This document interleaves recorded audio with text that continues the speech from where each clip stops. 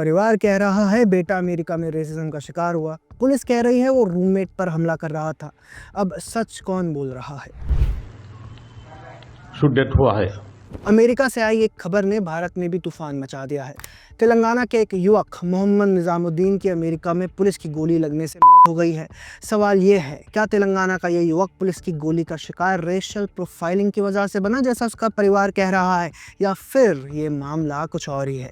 आज हम इसी केस की पड़ताल करेंगे। आप बस ये वीडियो देखते रहिए और चैनल को सब्सक्राइब करना ना भूलना। 3 सितंबर सांता क्लारा कैलिफोर्निया, 23 साल का Mohammad Nizamuddin, an Indian man जो महबूब नगर तेलंगाना से था, उसने अमेरिका में मास्टर्स की, वहीं की एक टेक कंपनी में फिर नौकरी भी की। पुलिस की रिपोर्ट के मुताबिक उस दिन 9/11 पर एक कॉल आती है। स्टैबिंग इंसिडेंट यानी चाकू से हमले की घटना रिपोर्ट की जाती है।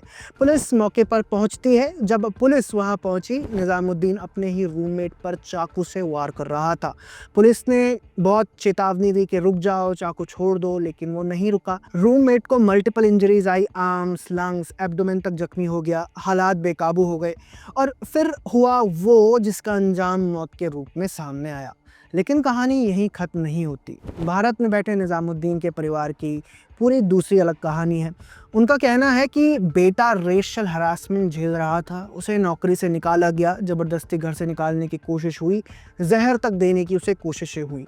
लिंक्डइन पर खुद निजामुद्दीन ने भी पोस्ट किया था कि मेरे खाने में जहर मिलाया गया, मुझ पर सर्वेलेंस हो रहा है, एक डिटेक्टिव मुझे इंटिमिडेट कर रहा है। परिवार का कहना है कि उस दिन निजामुद्दीन ने ही हेल्प के लिए पुलिस को कॉल किया था और हेल्प मांगने आए पुलिस वालों ने उसे गोली मार दी।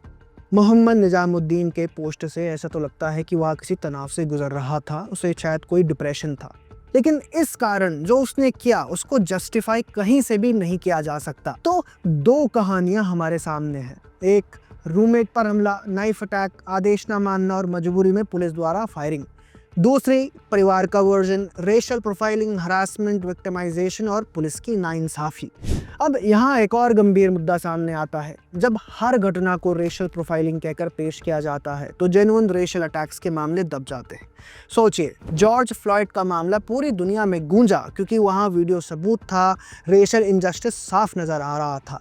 लेकिन हर बार अगर बिना जांच के पुलिस एक्शन को रेसिज्म कहा जाएगा तो लोगों का भरोसा ही टूटेगा, असल पीड़ितों की आवाज़ कमज़ोर होती जाएगी। सिस्टम भी कहेगा ये तो हर केस में रेसिज्म चिल्लाते हैं, और नतीजा ये होगा कि जिन लोगों को सचमुच नस्लबेरी हिंसा का शिकार होना पड़ता है उनकी आवाज़ दब जाएगी। अब फैमिली भारत सरकार से मांग कर रही है कि उनके बेटे का शव लाया जाए। ये ह्यूमैनिटेरियन ज़रूरत है और उसमें मदद भी होगी। लेकिन सवाल ये है, क्या यह मामला वाकई भारत सरकार के दखल का है या फिर ये प्योरली एक American law and order case है? तो दोस्तों, सवाल बहुत सीधा है। क्या निजामुद्दीन का केस रेशियल प्रोफाइलिंग का है या फिर ये एक हिंसक घटना थी जिसमें पुलिस को मजबूरी में गोली चलानी पड़ी? जांच भी जारी है, सच्चाई सामने आना बाकी है। लेकिन इतना तय है, बेबुनियाद रेशियल प्रोफाइलिंग के दावे उन लोगों की लड़ाई को ही कमजोर कर देते हैं जिन्हें वाकई रेसिस्ट अटैक्स का शिकार होना पड़ता है। और यही इस कहानी का असली सबक है। इस पूरे नाइफ स्टैबिंग इंसिडेंट पर आपके क्या विचार हैं? कमेंट्स में ज़रूर बताएं। ऐसे ही और वीडियोस के लिए द पैम्फलेट के साथ बने रहें।